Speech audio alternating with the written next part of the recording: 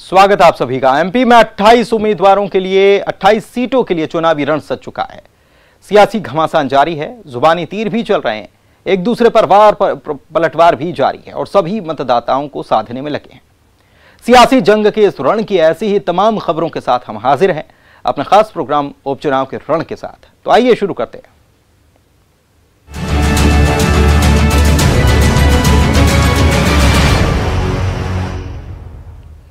और सबसे पहले मरवाही उपचुनाव से जुड़ी हुई इस वक्त की सबसे बड़ी खबर आपको बता रहे हैं। ऋचा जोगी और अमित जोगी का नामांकन निरस्त कर दिया गया है। आप दोनों ही उपचुनाव नहीं लड़ पाएंगे। वैध जाति प्रमाण पत्र नहीं होने के कारण नामांकन इनका खारिज हो गया है। अमित जोगी के बाद ऋचा भी चुनाव नहीं लड़ पाएंगी। राज्य गठन के बाद पहली बार बगैर जोगी परिवार के किसी सदस्य के मरवाही का चुनाव होगा।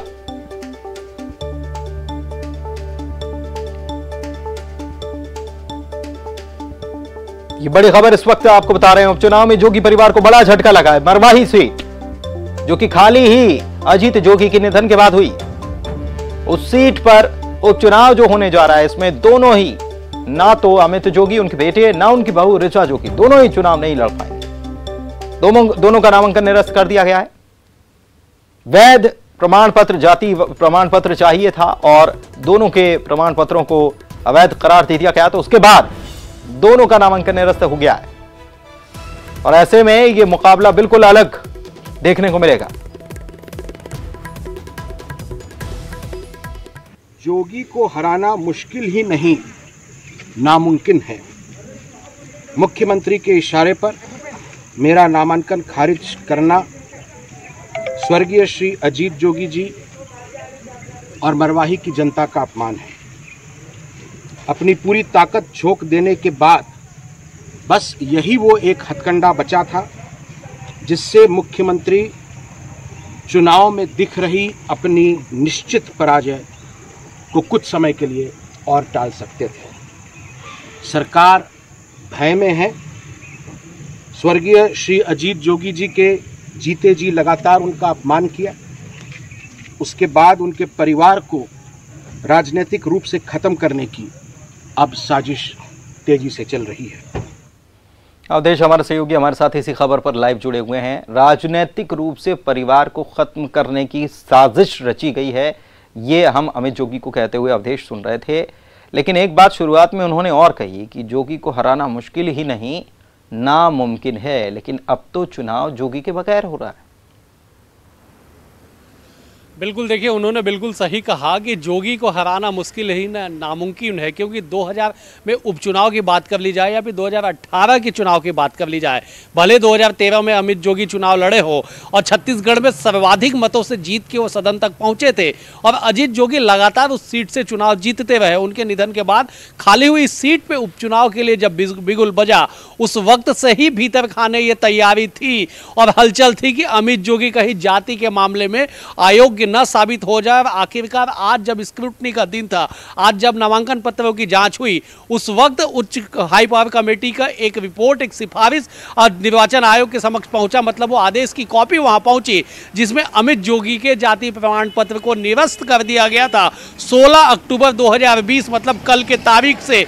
तो जब उनके पास जो वैलिड जो कास्ट सर्टिफिकेट है वही जब निरस्त हो गया तो चुनावी मैदान में बने रहना संभव नहीं था और यही वजह है कि अमित जोगी का जो नामांकन था उसे खारिज कर दिया। खारिज ना केवल अमित जोगी बल्कि का भी नामांकन खारिज हो गया। हालांकि ऋचा जोगी का नामांकन खारिज होना पहले से तय था, क्योंकि जिला स्तरीय छानबीन समिति ने उनके जाति प्रमाण पत्र को फिलहाल निलंबित कर दिया है। लेकिन कुल मिलाकर सियासी गलियारों की बात कर ली जाए पुनीत, तो अब सियासी समीकरण बदल चुके हैं। अब सियासी दांवपेच भी कुछ अलग होंगे, क्योंकि पहले ये मुकाबले सीधे तौर पे त्रिकोणीय माना जा रहा था कि न केवल जोगी के नाम बल्कि जोगी के निधन के संवेदना के दम पे भी जोगी कांग्रेस चुनाव में विजय हासिल कर लेगी। लेकिन कांग्रेस और बीजेपी भीतर खाने जबरदस्त तैयारी करते हुए धरातल पे उतरी थी। हमने देखा कि विगत दिनों पे बीजेपी में प्रत्याशी के ऐलान के बाद जब बवंडर मचा कि अर्चना पोर्ते को बीजेपी का दामन छोड़ के कांग्रेस का हाथ थामना पड़ा उस वक्त ही तय हुआ कि अब सियासी गुणागणित कुछ अलग होगा।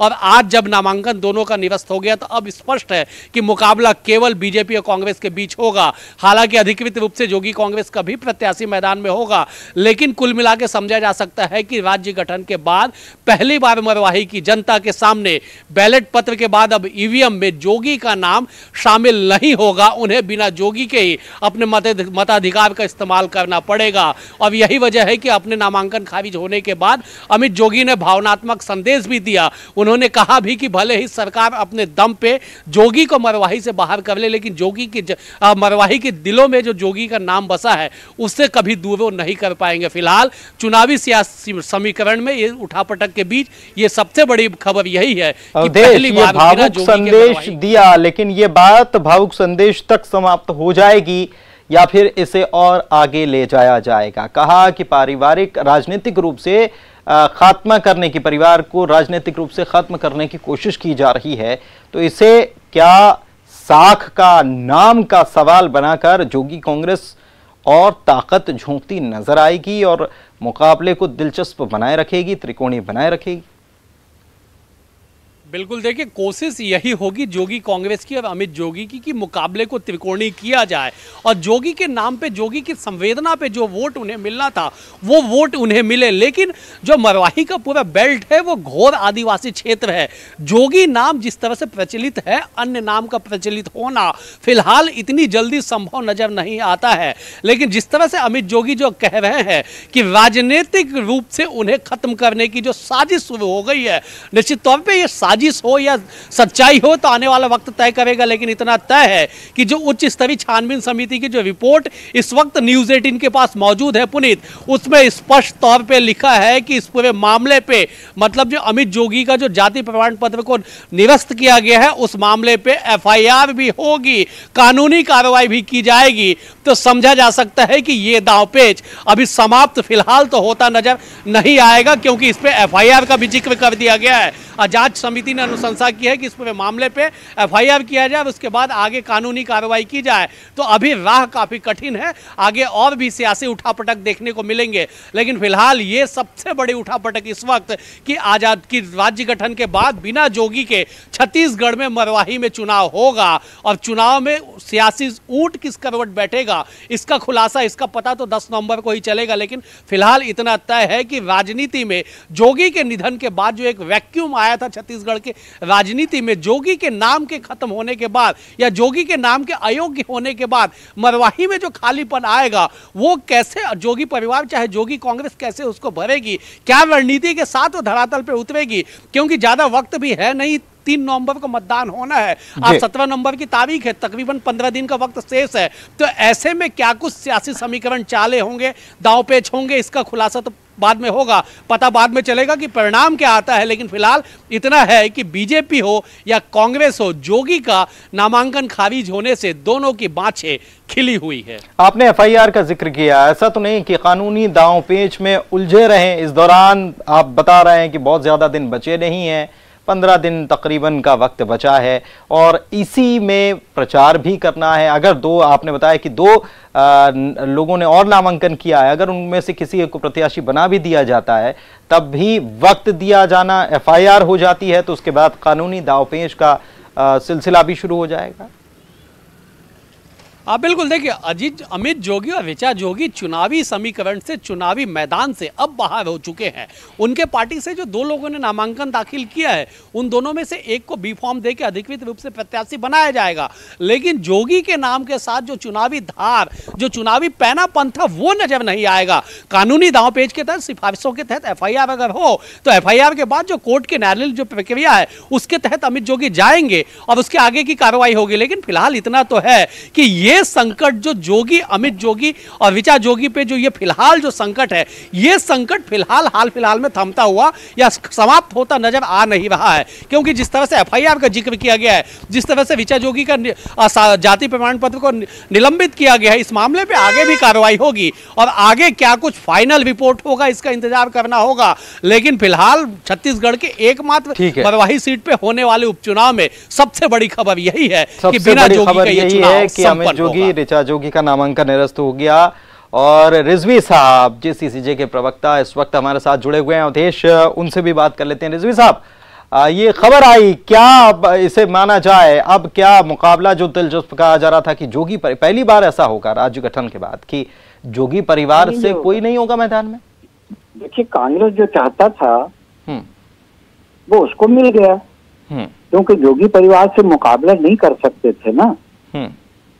इसलिए अब ये है कि अब जनता के मूड पे ये डिपेंड करेगा कि ये दोनों को जानबूझ करके उनके मन में ये बात आएगी कि जोगी परिवार के लोगों को जानबूझ करके उनका नामांकन रद्द किया गया है, तो इसका फायदा कहीं भाजपा ना उठा ले, मेरा ये वो है, समझे ना। और ये जो नामांकन जो वो किया गया है ना, ये इसके लिए बहुत दिनों से इसकी पेशबंदी चल रही थी। इसका एक आप कह रहे हैं कि इसका फायदा बीजेपी ना उठा ले? आपके तो दो और नामांकन हुए हैं। नहीं, 2 और नामांकन हुए हैं। अगर उनको सिंबल मिलता है तो वो जीत जाएंगे, ये बात पक्की मान के चलिए। अच्छा, अगर उनको सिंबल मिलता है, हल चलाता किसान और जोगी समर्थित करके अगर वो वहां पर खड़े होंगे ना, तो वो आराम से जीत जाएगा। और ये जो नामांकन रद्द हुआ है ना, इसमें बहुत सी शंकास्पद है ये चीजें। और क्या है कि अधिकारी वर्ग है, उसको तो सत्ता का कहना मानना ही पड़ेगा, जो कलेक्टर हो या निर्वाचन अधिकारी हो। क्योंकि जहां तक मेरा सवाल ये है कि अभी जोगी जी का जो जाति का मुद्दा है वो हाईकोर्ट में लंबित है, उसका फाइनल आदेश नहीं आया है। और जो ऋचा जोगी का मामला है, ऋचा जोगी का तो जो जाति प्रमाण पत्र है वो रद्द नहीं किया गया, निरस्त नहीं किया गया, निलंबित किया गया। ये पहली बार इतिहास में मैंने सुना है कि निलंबन शब्द आया है जिसको निरस्त नहीं माना जा सकता। तो वो जानबूझ करके ये सब मतलब आप आरोप लगा रहे हैं सत्ता पक्ष ने जानबूझ करके, वही बात जो अमित जोगी कह रहे हैं कि परिवार की राजनीतिक खात्मा करने की ये कोशिश कांग्रेस की तरफ से की गई है। सुशील आनंद शुक्ल इस वक्त कांग्रेस के प्रवक्ता हमारे साथ जुड़े हुए हैं, उनसे बात कर लेते हैं। सुशील जी, गंभीर आरोप आप लोगों पर, लेकिन फिर भी अमित जोगी ये बात भी कह गए कि जीत तय है। देखिए, ऐसा है, यह चुनाव आयोग और अमित जोगी और ऋचा जोगी के बीच का मामला था। इसमें तो कांग्रेस कहीं से पार्टी नहीं थी। अजीत जोगी के जाति के मामले में अजीत जोगी जी फर्जी आदिवासी हैं, या वो इनका जो आदिवासी का प्रमाण पत्र है वह नकली है। इसको भारतीय जनता पार्टी 2003 से इस चीज को भारतीय जनता पार्टी लगातार कोर्ट में उठाती थी, और उसी भारतीय जनता पार्टी के द्वारा की गई शिकायत के आधार पर माननीय सुप्रीम कोर्ट के निर्देश पे एक हाई पावर कमेटी बनी थी। उस हाई पावर कमेटी ने स्वर्गीय अजीत जोगी जी को आदिवासी नहीं माना, और उसके बाद में अजीत जोगी जी ने इस मामले को हाई कोर्ट में चैलेंज भी नहीं किया। उसके आधार पर जो कार्रवाइयां हो रही थी उसको चैलेंज किया था। क्योंकि पिता का प्रमाण पत्र यदि रद्द हो गया है तो कानूनी प्रक्रिया के हिसाब से पुत्र ऑटोमेटिक पुत्र का प्रमाण पत्र रद्द होगा। तो स्वाभाविक है कि क्योंकि मारवाही सीट अनुसूचित जनजाति के लिए आरक्षित है, तो ऐसी स्थिति में जिसके पास में वैध प्रमाण पत्र नहीं होगा वह कैसे चुनाव लड़ेगा। तो यह सीधे सीधे कानूनी मामला है, कानून अपना। लेकिन ये सब इतना सामान्य है तो फिर क्यों आरोप लग रहे हैं सत्ता पक्ष पर? सवाल क्यों उठ रहे हैं सत्ता पक्ष पर? खुद अमित जोगी कह रहे हैं फिर कांग्रेस ने टिकट दिया था अमित जोगी को, कांग्रेस ने टिकट दिया था। हमने तो उनको आदिवासी मान के मुख्यमंत्री बनाया था, हम इससे कहाँ इनकार कर रहे हैं। लेकिन भारत को भी टिकट दिया था, हम तो बोल, हाँ बिल्कुल दिया था। उनके पास तब वैध प्रमाण पत्र था, तब हाई कोर्ट के सुप्रीम कोर्ट के निर्देश पे किसी हाई पावर कमेटी ने उनके प्रमाण पत्र को निरस्त नहीं किया था। तब माननीय सुप्रीम कोर्ट ने निर्देश जारी किया था कि तत्काल 1 महीने के अंदर हाई पावर कमेटी बना के श्री अजीत जोगी के जाति का निर्धारण किया जाए। रमन सिंह जी से जो अजीत जोगी जी की साठगांठ थी, उसके कारण यहाँ पे हाई पावर कमेटियां नहीं बनाई जाती थी। बाद में जब सुप्रीम कोर्ट ने इंटरवीनर ने भारतीय जनता पार्टी के नेता बृजमोहन अग्रवाल, शिवरतन शर्मा, तब फिर सुप्रीम कोर्ट ने निर्देशित किया कि तत्काल निर्धारण किया जाए। तो एक कमेटी बनाई गई रीना बाबा साहब कंगाले के उसमें, लेकिन कमेटी के पूरे मेंबर न करके सिर्फ एक सदस्यीय कमेटी के द्वारा निर्णय लिया गया था। उसके आधार पे अजीत जोगी जी हाई कोर्ट गए थे। हाई कोर्ट ने फिर निर्णय दिया कि एक नई कमेटी बनाई जाए जिसमें पूरे 4 सदस्य हों, वो अजीत जोगी जी की जाति का निर्धारण करे। फिर नई कमेटी बनाई गई। नई कमेटी ने उनको माना कि वे आदिवासी नहीं है। तो ऐसी स्थिति में उनके खिलाफ जो कंप्लेन करने वाली भारतीय जनता पार्टी थी, हम तो उनको आदिवासी मानते थे, तब टिकट दिए थे। लेकिन जब वो प्रमाण पत्र प्रस्तुत नहीं कर पाए तो कहीं न कहीं उन्होंने जो छत्तीसगढ़ के 32%, 35% आदिवासी हैं, उनके हकों को मारने का काम किया। तो ऐसी स्थिति में कानून अपना काम कर रहा है।